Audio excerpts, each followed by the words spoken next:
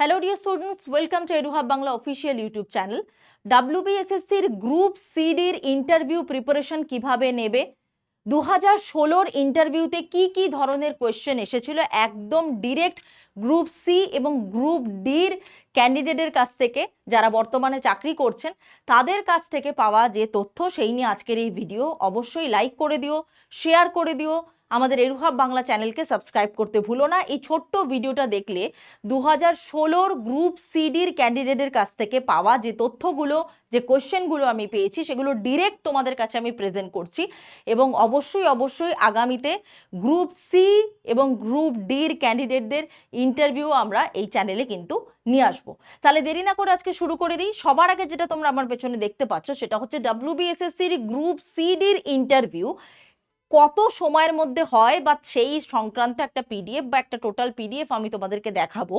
But তার আগে 2016 যে ক্যান্ডিডেট তারা কি বলেছেন ডিরেক্টলি, যারা চাকরি করছেন এই মুহূর্তে আমি তাদের নাম নিচ্ছি না, বাট তাদের এলাকাটা বলে দিচ্ছি। গ্রুপ সির যিনি ক্যান্ডিডেট রয়েছেন তিনি চাকরি করছেন এগরা পটাশপুর অঞ্চলে, পূর্ব মেদিনীপুরে, এবং গ্রুপ ডির তিনি চাকরি করছেন পালপাড়া অঞ্চলে। আমি এটুকুই শুধু বললাম, তাদের কাছ থেকেই পাওয়া খবরটা আমি বলছি। তো তাদের সঙ্গে আমার কথা হয়েছে এবং খবর পেয়েছি বলেই আমি বলছি। তো সেই নিয়ে আজকের এই ভিডিও তোমাদেরকে বলে দিচ্ছি ডিরেক্টলি তারা যে তথ্যগুলো দিয়েছেন বা যেগুলো এসেছে তারা কিভাবে আনসার করেছেন সেই তথ্যটা তোমাদের সামনে জানাচ্ছি। 2016 WBSSCর গ্রুপ সিডিতে ইন্টারভিউতে আসা ডিরেক্ট প্রশ্ন, আমি সি অ্যান্ড ডি বোথ, কারণ দুজনেই যেহেতু প্রচুর আগে ইন্টারভিউ হয়েছিল তো তারা যতটুকু সম্ভব মনে করতে পেরেছেন তারা বলেছেন। তো সি অ্যান্ড ডি দুটো প্রশ্নই আমি মিক্স আপ করে বলছি, তার কারণ সি ডি দুটোরই ইন্টারভিউ হয়তো অনেকেই দেবে, কেউ সি দেবে ডি দেবে, তারা ক্লিয়ার হয়ে যাবে। তো মোটামুটি দুজনের ক্ষেত্রে গ্রুপ সির যিনি, তার ইন্টারভিউয়ের সময় ছিল 11 থেকে 12 মিনিট। সে দেখেছিল যে গ্রুপ ডি তার ইন্টারভিউয়ের সময় ছিল 7 থেকে 8 মিনিট।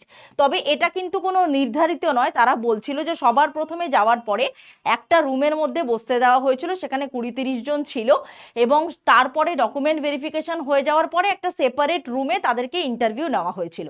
তো ডকুমেন্ট ভেরিফিকেশন হয়ে যাওয়ার পরে হয়েছিল, এবং তখন কিন্তু আলটিমেটলি ডিস্ট্রিক্ট ওয়াইজ কিন্তু এই বিষয়টা ছিল। তো এবার দেখা যাক। তো 2016 WBSSCর গ্রুপ সিডিতে সর্বপ্রথম সি অ্যান্ড ডি বোথ ক্ষেত্রে যেটা জিজ্ঞেস করা হয়েছে, নাম, কোথা থেকে এসেছো, বাড়িতে কে আছেন, এবং গ্রুপ সির যে দাদা তাকে জিজ্ঞেস করা হয়েছিল যে তোমার আর্নিং মেম্বার তোমার ফ্যামিলিতে কতজন, তোমার ফ্যামিলিতে মেন আর্নিং মেম্বার কতজন এবং কত টাকা তারা আর্ন করেন। সেকেন্ড যে প্রশ্নটা হয়েছিল গ্রুপ ডির ক্ষেত্রে, এটা জিজ্ঞেস করা হয়েছিল রাষ্ট্রপতি অ্যান্ড রাজ্যপালের নাম, রাষ্ট্রপতি এবং রাজ্যপালের নাম। এবারে নাম, কোথা থেকে এসেছো, বাড়িতে কে আছেন, কে আর্নিং মেম্বার, সেটা সকলেই সঠিকভাবে আনসার করবে। তার কারণ ফলস ইনফরমেশন সামনে দেবে না, কারণ ওরা সমস্ত কিছু ইনফরমেশন জেনেই কিন্তু তোমার সামনে বসেছেন ইন্টারভিউটা নিতে, তার কারণ তার আগে একটা ফর্ম তোমাকে ফিল আপ করে দিতে হবে।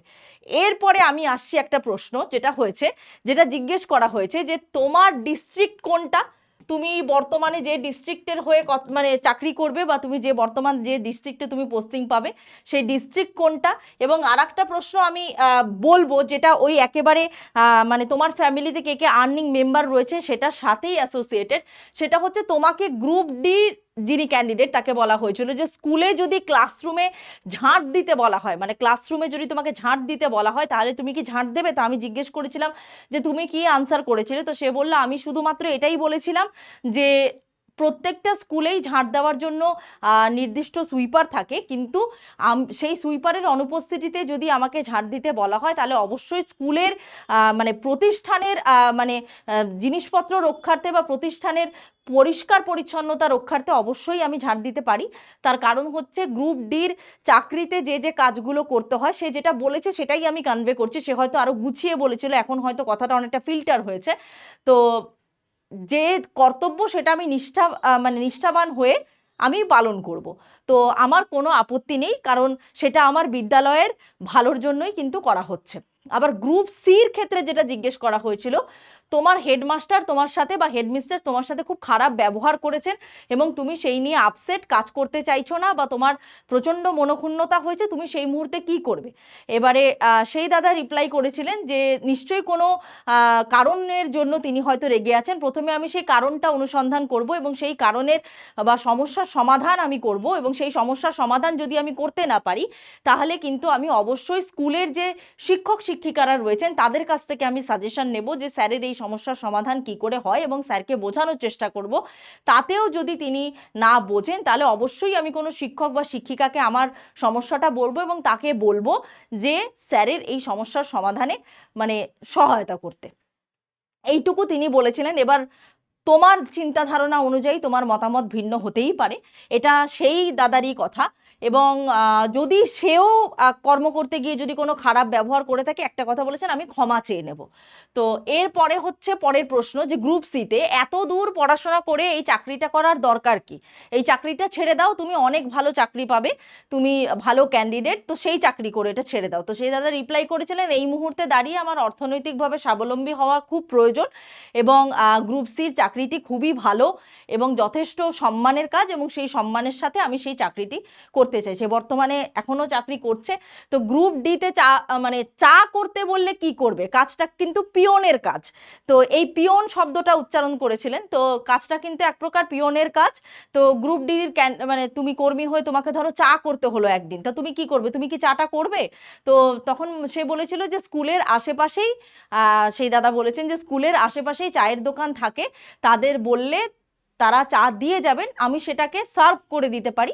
বাট যদি একেবারেই কোনো পরিস্থিতি না থাকে, সেক্ষেত্রে যদি চা করতে বলা হয়, সেক্ষেত্রে কিন্তু চা করতে আমি উৎসুক। যেহেতু গ্রুপ ডির কাজের মধ্যে সকলের দেখভাল করার দায়িত্বটাও পড়ে, তো সেটাও আমি, সেই দায়িত্বভার গ্রহণ করতেও আমি প্রস্তুত। এটা তারই কথা, আমার নয়। অবশ্যই সেটার আনসার তোমার মতো করে হতে পারে। এবং কাজটা পিয়নের এটা জেনেই, বা কাজটা অর্ধতন পোস্টের কাজ সেটা জেনেই আমি এই চাকরিটা করতে কিন্তু উৎসাহী, এবং আমি মানে ভীষণভাবে উৎসাহী, এটা বলেছিলেন। কোনো রকমের কোনো মানে নেই, মানে হীনমন্যতায় আমি ভুগবো না। হীনমন্যতা শব্দটা তিনি ব্যবহার করেছেন যে তুমি হীনমন্যতায় ভুগবে না তো। তো কারণ তোমার মতো কোয়ালিফিকেশনের আরও যারা, তারা শিক্ষক শিক্ষিকার চাকরি করবেন, বাট তুমি এটা করবে। তো সেটা মনে পড়লো, বলে দিলাম। গ্রুপ ডিতে জিজ্ঞেস করা হয়েছিল তোমার এলাকার বিডিওর নাম কি, তোমার এলাকায় কটা স্কুল আছে। তো এইটা হচ্ছে প্রশ্ন। 2016 ক্যান্ডিডেটকে জিজ্ঞেস করে যে তথ্যগুলো আমি পেয়েছি সেটাই আমি বললাম। তারা কোন এলাকায় চাকরি করেছেন সেটার তথ্যও আমি দিলাম। এবং এবার তো zone wise ultimately cut off বেরোবে। তো আশা করি এই প্রশ্নগুলো তোমাদেরকে অনেকটা হেল্প করতে পারে। বাট এই ধরনের সিচুয়েশন বেসড কোয়েশ্চেনের আনসার করতে গেলে তোমাদের কিন্তু রীতিমতো একটা গাইডেন্সের প্রয়োজন হতে পারে। সেক্ষেত্রে আমরা এডুহাব বাংলা, আমরা নিয়ে এসেছি তোমাদের জন্য একটা স্পেশাল ব্যাচ, যে ব্যাচটার নাম হচ্ছে এডুহাব Bangla WBSSC group CD selection batch. পশ্চিমবঙ্গে এমন একটি ব্যাচ যেটার মূল্য সব থেকে কম, এবং তার থেকেও বড় কথা, এই ব্যাচের মধ্যে আমরা অনলাইন 1-to-1 মক ইন্টারভিউর সাথে আমাদের বেলঘরিয়া এবং বনগাঁ ব্রাঞ্চে, যেহেতু এটা আমাদের কোচিং ইনস্টিটিউট, একদম লাইভ মক ইন্টারভিউ তুমি এসে, সেটা পশ্চিমবঙ্গের তুমি যে কোনায় থাকো না কেন, তুমি এসে ফ্রিতে ইন্টারভিউ দিতে পারবে, এবং তোমার সেই ইন্টারভিউর ফিডব্যাক দেওয়া হবে, এবং তোমার পার্সোনালিটি ডেভেলপমেন্টের ক্লাসও এই ব্যাচের সাথে ইনক্লুডেড। এই ব্যাচটা কিন্তু সম্পূর্ণ অনলাইন, এবং তুমি কি কি পাবে? লাইভ এবং recorded class, Google Meet and YouTube with app support, situation based যে সিচুয়েশনগুলো বললাম সেই ইন্টারভিউ রিলেটেড কোয়েশ্চেন এবং আনসার ডিসকাশন, বডি ল্যাঙ্গুয়েজ এবং personality development classes, offline mock interview session, যেটা বললাম এই কোর্সটা, এই অনলাইন কোর্সটা যারা নেবে তারা অফলাইনেও একটা মক ইন্টারভিউ দেওয়ার সুযোগ পাবে, এবং অফলাইনেও কিছু এক্সট্রা ক্লাস দেওয়া হবে, এবং special notes for every zone, সমস্ত টপিক কভার করে দেওয়া হবে, বাংলা ইংরেজি মিক্স। এবং স্পষ্ট করে আমি এখানে কিন্তু লিখে দিয়েছি online batch with offline mock interviews. এবং যেদিন পরীক্ষার ডেট বা ইন্টারভিউর ডেট অ্যানাউন্স হবে তার 15 দিন আগে আমরা 10টা স্পেশাল ক্লাস নেব যেগুলো তোমাদের একদম ডিরেক্ট লাস্ট কয়েকদিনের প্রিপারেশন করতে ভীষণভাবে হেল্প করবে। এবং আমাদের ইন্টারভিউ প্যানেলের মক ইন্টারভিউর অফলাইন প্যানেলের বোর্ডে কিন্তু গ্রুপ সি এবং গ্রুপ ডির মেম্বাররা কিন্তু থাকবেন যারা অরিজিনালি চাকরি করেছেন। এবং এর দুটোর লোকেশন হচ্ছে বেলঘরিয়া এবং বনগাঁ। এবং এই ব্যাচটার আমি লিখে দিয়েছি এখানে।